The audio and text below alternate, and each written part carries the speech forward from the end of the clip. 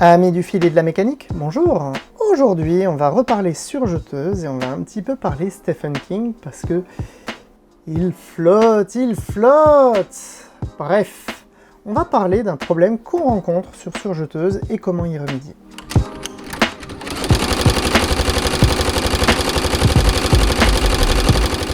Aujourd'hui, nous allons travailler sur une 664 Pro de Elna. C'est une excellente machine. Vraiment, hein, c'est un best-seller. C'est vraiment une machine qui est compacte, qui est assez facile à prendre en main, qui est facile à enfiler. Quoique, il y a un YouTuber qui avait fait une vidéo sur cette machine et il avait oublié quelques notions, notamment au niveau de l'enfilage. C'est pour ça que j'ai décidé de sortir mon propre enfilage de cette machine. Je voulais aussi un petit peu évoquer les points parce qu'elle a 12 points, 12 programmes qu'on peut suivre, et puis chacun a ses particularités. Et lorsque j'ai fait mon premier programme, il y a un truc que j'ai oublié et j'ai réussi à créer ce qu'on appelle un problème de flottant. Alors qu'est-ce que c'est que le flottant ? Si vous regardez mon surjet ici, non vraiment on peut dire qu'il est beau ce surjet, regardez, il est bien tenu ici, voilà, en dessous il est bien, mais il y a un truc qui n'est pas normal. Si vous regardez correctement, mes boucles, elles ne sont pas contre le tissu. C'est ça qu'on appelle le flottant. Ces boucles, tout simplement, elles vont ne pas venir se coller et ça peut être un petit peu dérangeant. D'une part, c'est dérangeant parce que mon tissu il risque de s'effilocher beaucoup plus facilement, malgré un surjet, mais aussi ça peut venir s'accrocher. Voilà, par exemple là, je peux venir accrocher beaucoup plus facilement mon surjet et du coup créer de la casse. C'est un problème que l'on voit chez toutes les surjeteuses et elles ont toutes la même façon de se solutionner. Alors pour beaucoup de couturiers et couturières, la première chose qu'ils vont faire quand ils vont voir ça, ils vont dire que c'est dû aux tensions. Si j'augmente ma tension, je vais tirer plus mes fils vers l'intérieur de mon surjet. Dans ce cas-là, démarche expérimentale, expérimentons. On va monter, voilà, mon surjet, donc là j'étais à 3. Tiens, on va même faire ça dans les règles de l'art, on va d'abord le faire sur du 3.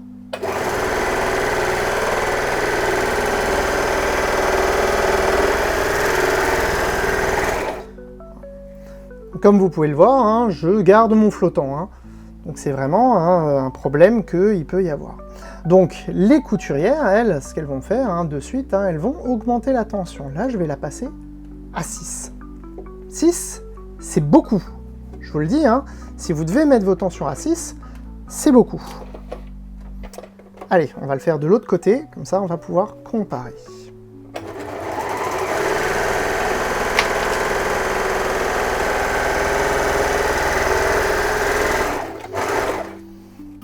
Voilà.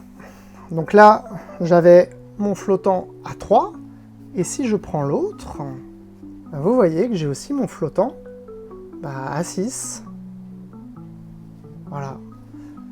Donc là, généralement, les couturières, elles s'obstinent. Bon, je vais le passer à 9, à fond, de chez à fond.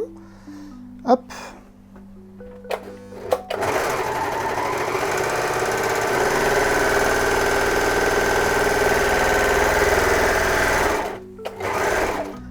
Voilà.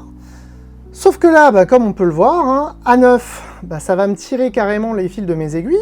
Donc je vais venir jouer sur mes aiguilles. Par contre, j'ai plus de flottant. Alors mon surjet, on est d'accord, là, il est pas beau. Non seulement il se rabat carrément, mais en plus, ça me tire mon fil d'aiguille. On n'est pas beau. Donc là, qu'est-ce qu'elles vont faire les couturières ? Elles vont augmenter leur tension d'aiguille. Bref, on va se retrouver avec une surjeteuse qui va avoir vraiment des valeurs très élevées. Et là, généralement, si elles voient ça et qu'elles n'arrivent plus à remettre leur surjeteuse d'aplomb, elles viennent chez le réparateur en disant « Qu'est-ce que c'est que ce bordel-là ? Regardez, mes échantillons, ils sont pas beaux. » Et le réparateur, lui, la première chose qu'il va faire, c'est qu'il va se remettre, voilà, tout à 3. Et il va faire son test.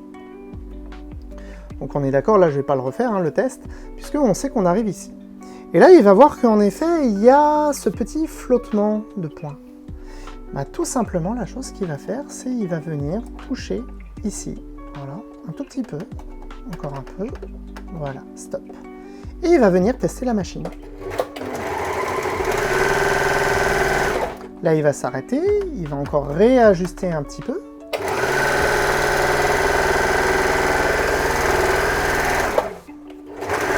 Voilà. Hop. Donc là, il a réajusté, le réparateur, hein, il est comme ça, il a vu que c'était pas bon, et puis il va réajuster. Et là, magie, il n'y a plus de flottant. Voilà, ça c'était avec la tension anarchique, et puis là, ben, c'est coupé à 3. Vraiment, hein, là, le surjet, il est impeccable. Voilà. Ça tire plus le fil de l'aiguille, hein, on peut même un petit peu réajuster hein, pour vraiment être un petit peu plus fort, parce qu'on voit quand même que ça peut un tout petit peu tirer, mais là, le surjet, il est génial. On a retiré le flottant. Alors, qu'est-ce qu'il a fait exactement, le technicien, quand il a fait cette petite manipulation ici? Et bien pour ça, on va un petit peu zoomer dans ce coin-là. Alors, pour comprendre en fait ce qu'a fait le technicien, ben, il faut tout simplement se poser la question de pourquoi on a du flottant. Le flottant, il va arriver principalement hein, sur des tissus très durs. Comme là, ici, hein, le coton, ça c'est un coton qui est relativement dur, donc c'est tout à fait normal que je puisse observer du flottant. La raison du flottant, elle se situe à ce niveau-là. Vous avez ici le doigt mailleur. Le doigt mailleur, hein, je peux vous le montrer un petit peu plus facilement. Hop, pour ça, on va décaler un petit peu le couteau. Voilà. Et là, en fait, je peux venir hein, tirer le doigt mailleur ou le mettre ou l'enlever. En règle générale, le doigt mailleur pour les surjets, ben, il est mis, il est actionné. Pourquoi? Parce que ça permet justement d'avoir le tissu qui repose un petit peu plus et de bien rajouter une maille. A l'inverse, pour un rouloté, on veut que ça roule, donc on va enlever le doigt mailleur. Résultat, je vais avoir ma matière qui va être libre derrière sous le doigt mailleur, et donc elle va pouvoir s'enrouler. Et c'est justement là où il va y avoir un petit peu un micmac. Hop. Je reprends mon petit échantillon, on va rebaisser les pieds, voilà. Pour un petit peu plus de visibilité, on va couper ici, et on va se lancer hop, dans un surjet. Comme vous pouvez le voir, ma surjeteuse coupe. Mes mailles s'enroulent autour de mon doigt mailleur. C'est pour ça d'ailleurs qu'on recommande, quand on part en surjet, d'accompagner un petit peu pour éviter que le surjet ne stagne autour du doigt mailleur et vous créer un bourrage. Regardez ici ce qui se passe. Là, on le voit bien. Le problème arrivé. Hop. Mon couteau coupe ma matière, puis après, ben, tout simplement, elle va vers l'arrière. Elle va du coup rencontrer ma matière, le doigt mailleur. Sauf que comme elle est coupée très proche de ma plaque à aiguille, et bien tout simplement, il va y avoir un espace à ce niveau-là sur mon doigt mailleur. C'est lui qui est responsable de mon flottant. Alors bien sûr, quand je vais mettre des tensions à fond, je vais tirer plus mes fils vers l'intérieur. Résultat, je vais venir coller beaucoup plus à ma matière. Mais le problème, c'est que, encore une fois, en rajoutant la tension, je vais aussi jouer sur les tensions de mes aiguilles, ce qui n'est pas forcément le top. Ici, donc, plus je vais avancer en coupant, plus je vais avoir de flottant. Je ne peux pas bouger mon tissu ou mes aiguilles, parce que de toute façon, elles sont fixes. Je ne peux pas non plus bouger le doigt mailleur, ou alors à la limite, je peux, sur certaines machines, mettre un doigt mailleur beaucoup plus fin. Résultat, mon fil va venir en fait s'enrouler plus proche de mon doigt mailleur et avec la tension existante va bien coller au tissu. Non, la solution elle n'est pas là. La solution, aussi bizarre que cela puisse être, c'est de jouer sur le couteau. En effet, la plupart des surjeteuses, je peux venir modifier l'emplacement de mon couteau. Ici, mon couteau il est très très proche de mon pied. Regardez, on va un petit peu se mettre comme ça, en face. Vous voyez que, hop, là on voit bien le doigt mailleur ici, derrière, et que mon couteau, il est très très très rentré vers l'intérieur. Résultat, mon doigt mailleur, il va créer mon flottant, mon fameux flottant. Là on le voit bien le flottant se former bien à l'arrière. Par contre, je peux donc, comme je le disais, sur la plupart des surjeteuses, venir décaler mon couteau, hop, sur la droite. Là, voilà, vous le voyez bien, mon couteau se déplacer sur la droite. Résultat, quand je vais partir faire mon surjet, là, on va faire attention juste à lui, qui ne vienne pas nous embêter pendant la démonstration. Voilà. Résultat, là, quand je vais faire mon surjet, cette fois-ci, je vais avoir plus de matière sur mon doigt mailleur. Bah oui, forcément, je vais couper plus loin. Résultat, avec la tension, je vais tout simplement pouvoir venir bien envelopper ma matière. Regardez, là on le voit bien, hein, ma matière, elle est carrément recouverte, elle recouvre carrément le doigt mailleur.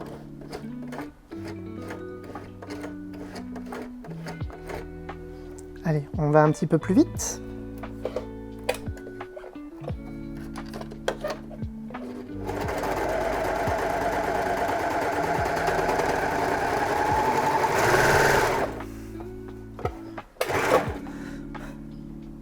Voilà. Ici, on peut bien observer la différence quand j'ai commencé à décaler le couteau. Là, j'ai beaucoup de flottants. En même temps, c'est le début de mon point. Et au fur et à mesure que je continue, en fait, mon flottant va se réduire. Cela ne change pas mon point. Hein. Le flottant, il faisait partie déjà de mon point. C'est juste que je vais englober beaucoup plus de matière. Hop. Regardez. On va continuer un petit peu. Voilà, on va bien se mettre en face pour vraiment voir ce qui se passe. Donc là, comme ça, on a bien une vision sur le doigt mailleur et sur le couteau. Voilà. Si maintenant mon couteau, je viens le mettre beaucoup plus proche, voilà, là je vais carrément le mettre au ras de la plaque. Si je pars, voilà, on va faire un tout petit peu attention. Voilà.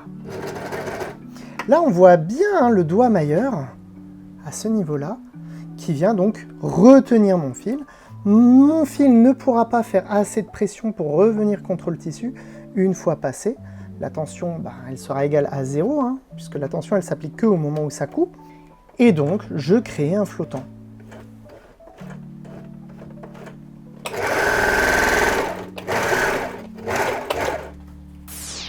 Aujourd'hui, la plupart des surjeteuses, elles vous proposent de décaler le couteau. C'est vous dire si maintenant, hop là, elle est en dessous, toujours, dans mes cadavres, hop, voilà. Même la Lidl, si je regarde, j'ai quelque part, c'est de ce côté-là, voilà, j'ai ici un endroit où je peux venir, hop, décaler le couteau, au plus proche ou au plus loin. Alors eux, pour plus de simplicité, généralement ils vous disent faut se mettre sur 5. Oui, parce que sur 5, c'est l'endroit où je vais avoir vraiment l'écart, on va dire, parfait pour pouvoir éviter le flottant. Bref, la plupart des surjeteuses, elles ont cette possibilité de pouvoir décaler le couteau. Chez Elna, sur la 664 Pro, hop, il est ici. Voilà, c'est la petite molette que je tournais. Et puis ici, j'ai une flèche qui me permet en fait de pouvoir m'aligner plus ou moins avec le neutre. Ce qui me permet d'éviter d'avoir des flottants. Mais certaines machines vont encore plus loin. Par exemple, on va citer la Juki 2500, qui elle a un système qui s'appelle le TWA, pour Track Thread Adjustment, ou alors les Bernina, les nouvelles Bernina, puisqu'à un moment donné Bernina c'était fabriqué par Juki. Les nouveaux modèles comme la L890 ou la L850 vont avoir, elles, ce qu'ils appellent un MTC, Micro Threads Control, ce qui permet en fait tout simplement le doigt mailleur, cette fois-ci pas le couteau, mais le doigt mailleur de pouvoir l'écarter ou le rabattre pour une meilleure gestion du flottant. Pour tous les autres, il faudra vous habituer à gérer avec la position de coupe et si réellement ça ne va pas, à ce moment-là, vous allez toucher les tensions. Mais pensez d'abord à décaler, ça vous fera un très beau surjet et qui sera très bien équilibré grâce aux tensions.